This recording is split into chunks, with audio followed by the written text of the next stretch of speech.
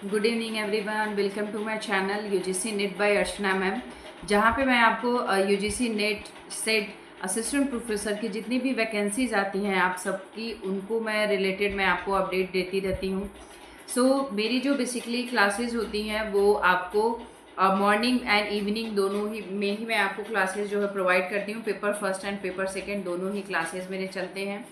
तो मेरे जो पेपर सेकेंड की क्लास होती है वो बेसिकली आपकी होम साइंस की क्लासेस होती हैं, होम साइंस की क्लास होती है। एंड पेपर सेकेंड में आपके टोटल 10 यूनिट्स हैं, उन 10 यूनिट्स में आपको मैं कवर कराती हूँ। पेपर फर्स्ट की जो क्लास होती है मेरी वो मैं आपको 6 PM इवनिंग में लेती हूँ, और टोटल ये जो मेरी क्लासेस है 6 डेज चलते हैं। एंड जो संडे होते हैं उसमें हम मैराथन कंडक्ट करते हैं। मैराथन हमारे PYQ बेस्ड होते हैं, यानी प्रीवियस ईयर क्वेश्चन से लेकर के मैं आपको थियरी कन्वर्ट करती हूँ एंड देन मैं आपको उससे डिटेल में आपको एक्सप्लेन करती हूँ। यदि आप इस प्लेटफॉर्म पे नए हैं तो आप यूट्यूब चैनल पे जाकर के सर्च कर सकते हैं, UGC NET by Archana ma'am से जाकर के यहाँ पे सर्च कर सकते हैं एंड देन वहाँ से इसे सब्सक्राइब कर सकते हैं। मेरे दोनों ही पेपर जो आपको मिलेंगे वो बाइलिंगुअल मिलते हैं, यानी इंग्लिश एंड हिंदी दोनों में ही मैं आपको कंटेंट प्रोवाइड करती हूँ। ऑल्सो जो पेपर सेकेंड जो मैं आपको क्लासेस प्रोवाइड करती हूँ 11:30 AM मॉर्निंग में होता है, जो टोटल 6 डे क्लासेस चलती हैं एंड देन संडे को हम करते हैं मैराथन। और ये भी आप जो है UGC NET by Archana ma'am YT channel पे सर्च करके यहाँ से जा कर के ज्वाइन कर सकते हैं। ये भी क्लास मेरी आपको बाइलिंगुअल मिलती है, यानी इंग्लिश हिंदी दोनों में ही ये क्लासेस आपको अवेलेबल होती हैं। जो हमारी संडे की क्लास होती है उसमें हम करते हैं पीवाईक्यूज़ हमारे बेसिकली जो PYQs में जितने टर्म्स होते हैं या फिर जितने भी उसमें ऐसे वर्ड्स गिवन होते हैं जो आपको लगता है कि मुझे एग्ज़ाम के पॉइंट ऑफ व्यू से इम्पॉर्टेंट है, तो मैं उसको तुरंत ही एक्सप्लेन कर देती हूँ। एंड देन कुछ उसके ऐसे भी एरिया होते हैं जिनको आप जो ऐसा होता है कि एग्जामिनेशन में आ सकता है, उनको मैं आपको डिटेल में एक्सप्लेन करते चलती हूँ। यदि आप प्लेटफॉर्म पे नए हैं तो सब्सक्राइब करें, लाइक शेयर एंड कमेंट करें। आज बेसिकली हम क्वेश्चन पेपर को सॉल्व करेंगे। मैंने टॉप 10 जितने भी इसमें क्वेश्चन आते हैं, टॉप 20 टोटल मैंने क्वेश्चन इसमें ऐड किए हैं, जिसमें आपके हायर एजुकेशन के क्वेश्चन हैं, आपके ICT से रिलेटेड क्वेश्चन है, टीचिंग एप्टीट्यूड से रिलेटेड क्वेश्चन है, रिसर्च के क्वेश्चन है, सबको मैंने टोटल 20 क्वेश्चंस यहाँ पे हायर लेवल के क्वेश्चंस मैंने यहाँ पे अरेंज किए हैं, जो हम 1 बाय 1 करेंगे। आज बेसिकली मैंने इसलिए इस सेशन को रखा है सो दैट आप ये समझ पाएँ कि किस तरीके का क्वेश्चंस आपके एग्जामिनेशन में आता है। पहला जो इसमें क्वेश्चन आपका गिवन है वो ये है, what can be correctly claimed about the following, I ate because I was hungry. मैं क्वेश्चन एक बार और रिपीट कर दे रही हूँ, what can be correctly claimed about following, I ate because I was hungry. Answer given है आपके, it's an argument, it's an non argument, it is a non argument, या फिर इट्स एक्सप्लेनेशन, या फिर इट इज़ नॉन आर्गूमेंट, या फिर आपके illustrations. ये पहले ही क्वेश्चन में आपको पूछा है कि I ate because I was hungry. तो ये एक तरीके का आपका जो है नॉन आर्गूमेंट है, और ये इट्स एन एक्सप्लेनेशन है। ये एक तरीके का एक्सप्लेन कर रहा है कि मैंने खाना खाया क्योंकि मैं भूखा था। ठीक है, तो ये आपका किसी भी प्रकार का मतलब वो नहीं है, आपका कोई किसी प्रकार का तर्क नहीं है, कोई आर्गुमेंट नहीं है, ये कोई तर्क नहीं है, ये एक तरीके का एक्सप्लेनेशन है, यानी व्याख्या कर रहा है, बता रहा है, एक्सप्लेन कर रहा है कि मैंने ऐसा किया क्योंकि ऐसा था, इस वजह से मुझे भूख लगी, आई वॉज हंग्री, तभी मैंने जो है ये मैंने खाया। द अमाउंट ऑफ सेकेंड आपका है, the amount of rainfall required of the सेचुरिटी इन द सॉलिड अननोन। इसमें आपका ऑप्शन गिवन है, field capacity, soil moisture content, soil moisture difficult, या फिर वेटलिंग, या फिर कॉन्फ्लिक्ट। मिट्टी को संस्तृप्त करने के लिए आवश्यक वर्षा की मात्रा अज्ञात है। ऑप्शन गिवन है आपके, क्षेत्र क्षमता, मिट्टी की नमी की मात्रा, मिट्टी की नमी की कमी, या फिर आपके वेटलिंग आपके गुणांक। इसमें जो आपका ऑप्शन करेक्ट हो जाएगा दैट इज़ द मिट्टी की नमी की कमी, यानी ऑप्शन नंबर आपका थर्ड जो है will be the correct answer. Which of the following national mission come under the NAP of climate change, यानी national action plan for climate change के अंतर्गत आता है। ऑप्शन गिवन है आपके, national solar mission, national water mission, national green hydrogen missions, या फिर national missions of sustainable agriculture, national missions of sustainable habitat. So जो आपका नेशनल सोलर मिशन आया था वो हम सभी को पता है कि 2010 में आया था। वाटर मिशन आपका 2011 में आया था, और जो ग्रीन हाउस आपके हाइड्रोजन मिशंस आया था वो हमारा बेसिकली 2023 में आया था। और जो हमारा सस्टेनेबल एग्रीकल्चर की बात करता है वो हमारा 14 से 15 के बीच में आपका आया था। कहीं कहीं पे 14 भी दिया है, कहीं कहीं पे 15 भी दिया है। और जो हैबिटेट की बात करता है, यानी जो आपके सस्टेनेबल हैबिटेट्स की बात करता है, ये हमारा 2010 में आया था। सो यहाँ पे बेसिकली पूछा है कि NAP यानी जो national action plan for climate change है, इसके अंतर्गत कौन कौन से आपके जो है आते हैं। तो मैंने ईयर यहाँ पे आपको बता दिया है, यदि सिक्वेंसली पूछता है तो आप इसे अरेंज भी कर दीजिएगा कि कैसे आता है। बट इस क्वेश्चन में बेसिकली पूछा है कि NAPC के अंतर्गत कौन कौन से आते हैं। तो सौर आपके राष्ट्रीय सौर मिशन, राष्ट्रीय जल मिशन, राष्ट्रीय हरित हाइड्रोजन मिशन एंड राष्ट्रीय सतत कृषि मिशन, राष्ट्रीय सतत आवास मिशन। तो इसके अंतर्गत बेसिकली हमारा आ जाता है DEANB, यानी इसमें से जो आपका C नंबर यानी राष्ट्रीय हरित हाइड्रोजन मिशन इसके अंतर्गत नहीं आता है। यानी इसके अंतर्गत बेसिकली जो हमारा आता है वो नेशनल सोलर मिशन आ जाता है, नेशनल वाटर मिशन आ जाता है, national missions of sustainable agriculture आ जाता है, national missions of sustainable habitats आ जाते हैं। यानी जो आवासीय है, राष्ट्रीय सौर मिशन, जल मिशन, आपका जो है सतत कृषि मिशन एंड राष्ट्रीय सतत आवास मिशन आ जाता है। और क्या नहीं आता है, हरित हाइड्रोजन मिशन इसके अंतर्गत नहीं आता है। Next one is mass media explain, यानी मास मीडिया है, अब इसको एक्सप्लेन करना है कि मास मीडिया किससे किससे बेसिकली कोरिलेटेड है। तो FM जो हमारा है वो बेसिकली रिलेटेड है आपके रेडियो मिर्ची से। एंड आपका जो है इसमें आपका न्यूज़पेपर जो है वो हमारा द ट्रेम्बलन से आ जाएगा। एंड द TV चैनल्स जो हैं वो आपके आ जाएंगे CNBC में आ जाएगा। इंटरनेट आपका redflix.com से आ जाएगा। सो इसमें जो आपका ऑप्शन करेक्ट हो जाएगा that is the second number option. Next question is the qualitative research which of the following categories is concerned with the questions dash do the finding apply the together context. Option given है आपके transparency, credibility, internal validity या फिर कन्फर्मेबिलिटी। सो इसमें जो basically ये qualitative research से पूछ रहा है, तो qualitative research and quantitative research की एक मैंने क्लासेस ली थी जिसमें मैंने आपको बहुत ही अच्छे से कवर कराया था कि क्वालिटेटिव रिसर्च में कौन कौन सी चीज़ें अप्लाई की जाती हैं और क्वांटिटेटिव रिसर्च में क्या की जाती हैं। तो इसमें जो आपका ऑप्शन करेक्ट हो जाएगा दैट इज़ द ट्रांसपेरेंसी, यानी ट्रांसपेरेंसी बहुत ही ज़्यादा मैंडेटरी होती है, या क्वालिटेटिव या क्वांटिटेटिव हो, दोनों के लिए ट्रांसपेरेंसी ज़रूरी होती है। सो इसमें जो आपके ऑप्शन गिवन है credibility, internal validity and confidence, इसमें से ये दोनों भी आपके ऑप्शन करेक्ट हो जाएंगे, लेकिन जो मोस्ट अप्रोप्रिएट आंसर है उसे हमें चुनना है। तो ये हमारा ट्रांसपेरेंसिबिलिटी आपकी जो है सही हो जाएगी।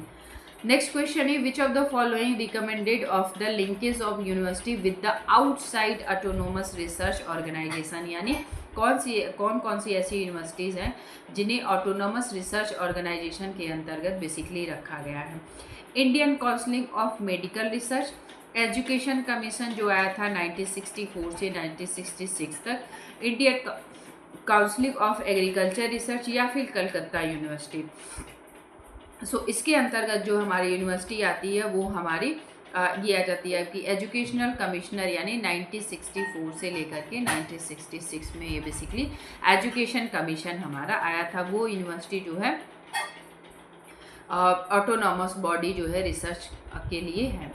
आपके अपार का फुल फॉर्म यहाँ पे पूछा है स्टूडेंट। एक आईडी है अपार, जैसे आप ABC आपने देखा होगा, एकेडमिक बैंक ऑफ क्रेडिट है, उसी के अंतर्गत एज ए अपार आईडी भी बन रही है स्टूडेंट का, जिसमें जो उनके क्रेडिट्स हैं स्टूडेंट के, उनके वो क्रेडिट्स यहाँ पे रखे जाएंगे। तो अपार का फुल फॉर्म बेसिकली यहाँ पे पूछा है। तो अपार का जो फुल फॉर्म होगा वो होगा automated permanent academic account registry, यानी आपका 3rd number option will be the correct option हो जाएगा। Next question is what among the following can't be treated as the role of teacher, यानी इसमें से क्या नहीं हो सकता है जो टीचर के लिए है। To be strict and fair but not harsh, openly categorize colleagues in public specially in front of student, hard working होने चाहिए, मोटिवेटेड होने चाहिए, इनकरेज होने चाहिए, report thesis and can not be avoid explanation, यानी सख्त और निष्पक्ष होना लेकिन कठोर होना, या फिर सहकर्मियों की सार्वजनिक रूप से खासकर छात्रों के सामने खुलकर आलोचना करना, कड़ी मेहनत करना, छात्रों को प्रेरित और प्रोत्साहित करना, सिद्धांतों और विषय वस्तु के लिए रिपोर्ट या स्पष्टीकरण से बचना, यानी इन चीज़ों से जो है बचना। सो इसमें जो आपका ऑप्शन करेक्ट हो जाएगा that is the A and B only is the correct option. Why? क्योंकि कोई भी टीचर जो होता है वो आपका इसमें सख्त और निष्पक्ष लेकिन कठोर नहीं होना। यस, सख्त होना चाहिए, निष्पक्षता की भावना होनी चाहिए, और यहाँ पे कठोर की जगह आपके सरल होना चाहिए, यानी हर कोई जो है टीचर से कम्युनिकेट करने में सक्षम हो, यानी सरल होना चाहिए। यदि यहाँ पे ऑप्शन आपका सरल होना चाहिए, सरल होता तो ये आपका ऑप्शन जो है करेक्ट हो जाता। तो इसमें जो आपका हो जाएगा सख्त और निष्पक्ष होना लेकिन कठोर नहीं होना। यस, ये सरल की ही बात कर रहे हैं, यहाँ थोड़ा सा मेरे से मिस्टेक हो गया है, यानी ये कह रहा है कि कठोर नहीं होना चाहिए। यस, कठोर नहीं होना चाहिए। यदि आप मृदुभाषी हैं, आप हर स्टूडेंट आपसे इजीली कम्युनिकेट कर पा रहा है, तो ये option will be the correct option आपका हो जाएगा। नेक्स्ट जो पूछ रहा है, सहकर्मियों की सार्वजनिक रूप से खासकर छात्रों से खुलकर आलोचना करनी चाहिए, कड़ी मेहनत नहीं जरूरी है, छात्रों को प्रेरित और प्रोत्साहित करना चाहिए, सिद्धांतों और वस्तु के लिए रिपोर्ट एवं लेकिन स्पष्टीकरण से बचना चाहिए। ये आपका ऑप्शन गलत हो जाएगा क्योंकि स्पष्टीकरण तो मैंडेटरी होता है। What among the following cannot be treated as the role of teacher? अच्छा, यहाँ पे ये क्वेश्चन जो है रिपीट हो गया है। सो हम नेक्स्ट इसमें देखेंगे नॉमिनल, इसमें वेरिएबल्स पूछा है, तो सभी ने नहीं इसमें पूछा गया है। तो मैं आप सभी को बता दूं कि ये जितने वेरिएबल्स होते हैं इन्हें मैं आपको नॉमिनल, ऑर्डिनल, इंटरवल, रेशियो, इस पे मैं एक क्लास ऑर्गेनाइज कर रही हूँ, आप सभी को बता दूंगी। मैंने क्वेश्चन इसलिए डाला है सो दैट आप इससे थोड़ा बहुत अवेयर हो जाए कि basically nominal, ordinal, interval, ratio में क्या होता है।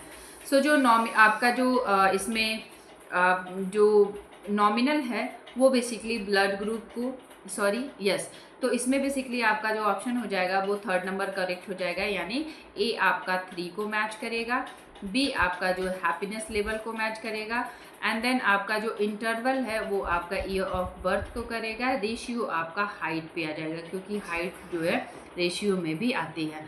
तो इसको मैं डिटेल में आपको जब मैं क्लासेस ऑर्गेनाइज कर रही हूँ उसमें मैं डिटेल में समझाऊंगी सो दैट आप इसको अच्छे से समझ पाएंगे, तभी ये आप बेसिकली जो है आंसर कर पाएंगे। Arrange the sequence of 5C elements of communication के क्या 5C एलिमेंट्स आपके होने चाहिए। सो इसमें जो आपका ऑप्शन इसमें है कंपेरिजनेट या फिर क्रूशियस या फिर कंपाइलिंग होनी चाहिए या फिर कॉन्शियस एंड क्लियर। सो इसमें जो आपका ऑप्शन करेक्ट हो जाएगा वो हो जाएगा आपके अंदर बेसिकली क्लियर होना चाहिए, साथ ही साथ कॉन्शियस होना चाहिए, एंड देन आप जो है कंपाइलिंग की भावना होनी चाहिए, एंड कॉन्शियस होने चाहिए, एंड कंपेरिजनेट होने चाहिए। ये सारी चीज़ें आएंगी उसके अंतर्गत। तो सिक्वेंसली इसे अरेंज करें तो कम्युनिकेशन का बेसिकली ये आपका ऑप्शन करेक्ट हो जाएगा, यानी इसमें आपका 3rd number option will be the right option. इसमें कुछ डिजिटल थीम्स दिए हुए हैं और उनके कुछ पर्पस यहाँ पे दिए हुए हैं जिन्हें हमें बेसिकली मैच करना है। तो अब हम बात करेंगे ई शोध सिंधु। इसको मैं डिटेल में आपको ई यंत्रा, ई विद्वान एंड ई कल्पा जो है इसको डिटेल में मैं क्लासेस लूँगी तो इसमें समझा दूँगी। बट अभी हम क्वेश्चन से समझेंगे कि बेसिकली इसमें आंसर क्या होगा। तो ई शोध सिंधु इसमें जो है सब्सक्रिप्शन बेस्ड स्कॉलरली जो है scholarly informations E book and E journals at lower rate, या फिर ई यंत्रा में जैसे रोबोटिक आउटरीच आपके जो project run by the IIT Mumbai, express data based and national researcher digital learning environment for the आपके डिज़ाइनिंग। सो इसमें जो आपका ऑप्शन करेक्ट हो जाएगा वो आपका ऑप्शन करेक्ट हो जाएगा, that is the 3rd number option. यानी जो आपका इसमें शोध सिंधु है वो बेसिकली आपका चला जाएगा जितने भी आपके स्कॉलर इंफॉर्मेशंस हैं, जिसमें आपके बुक, ई जर्नल्स, ये सारे आपके आ जाएंगे। और नेक्स्ट आपका जो ई यंत्रा है वो आपका रोबोटिक, आपके ई यंत्रा में robotics outreach project run by the IIT Mumbai के द्वारा चलाया जाता है, ये हमारे ई यंत्रा में आ जाएगा। एंड आपका जो ई विद्वान है वो expert database and national research network के अंतर्गत आ जाएगा। एंड जो ई कल्पा है वो digital learning environment for the design, इससे आपका हो जाएगा। सो यदि हम इसे मैच करें तो आपका कुछ इस तरीके से ये बनेगा। सो जो आपका ऑप्शन करेक्ट होगा it will be the 3rd number आपका जो है ऑप्शन करेक्ट हो जाएगा। नेक्स्ट क्वेश्चन आपका गिवन है, the major defect of the Sargent plan was. Option given है आपके इसमें, integrations of education with economics institutions, emphasis on the social sectors, too much important to technical educations, या फिर highly selected admissions in a college. So basically जो ये आया था आपका वो इसमें आया था कि too much important to the technical education पे बेसिकली जो सर्जेंट प्लान था वो बेसिकली यहाँ पे बेस्ड था, जिसमें आर्थिक संस्थाओं के साथ शिक्षा का एकीकरण, सामाजिक क्षेत्र पर जोर देना, तकनीकी शिक्षा को बहुत अधिक महत्व देना। तो यही आपका ऑप्शन हो जाएगा करेक्ट ऑप्शन। कॉलेजों में जो है अत्यधिक चयनात्मक या प्रवेश की बात इसमें सर्जेंट में नहीं की गई थी। नेक्स्ट इसमें जो आपका क्वेश्चन गिवन है, the process of telling research participant of any descriptions of research in the study is known as action descriptions होगा, या फिर पैसिव होगा, या फिर डीहॉक्सिंग होगा, या फिर आपका डिसेंट्रलाइजेशन होगा। सो इसमें जो आपका ऑप्शन करेक्ट हो जाएगा वो आपका ऑप्शन करेक्ट होगा, दैट इज़ द डीऑक्सिंग, यानी डीहॉक्सिंग आपके ऑप्शन जो है करेक्ट हो जाएंगे।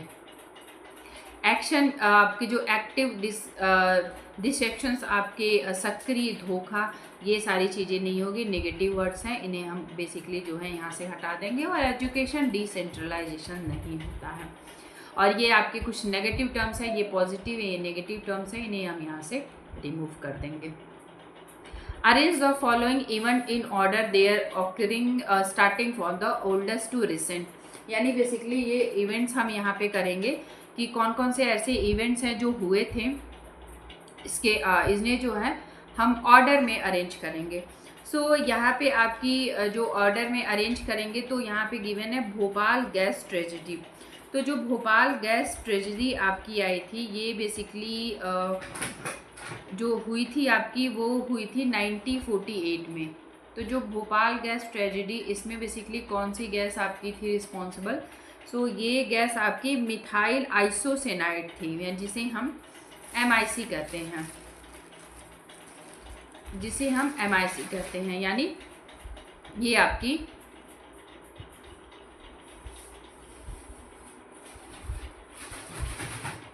जो ये आपकी गैस ट्रेजेडी हुई थी वो आपकी हुई थी 1984 में। इसमें बेसिकली जो है मिथाइल आइसोनेट नामक जो गैस है वो यहाँ से ये गैस का बेसिकली हुआ था, जिन्हें हम MIC के नाम से भी जानते हैं। नेक्स्ट आपका है फुकुशिमा जो डिजास्टर्स हुए थे वो कब हुआ था? तो फुकुशिमा डिजास्टर आपका 1986 में हुआ था। एंड आपकी सिम्बियोसिस डिसऑर्डर्स जो हुए थे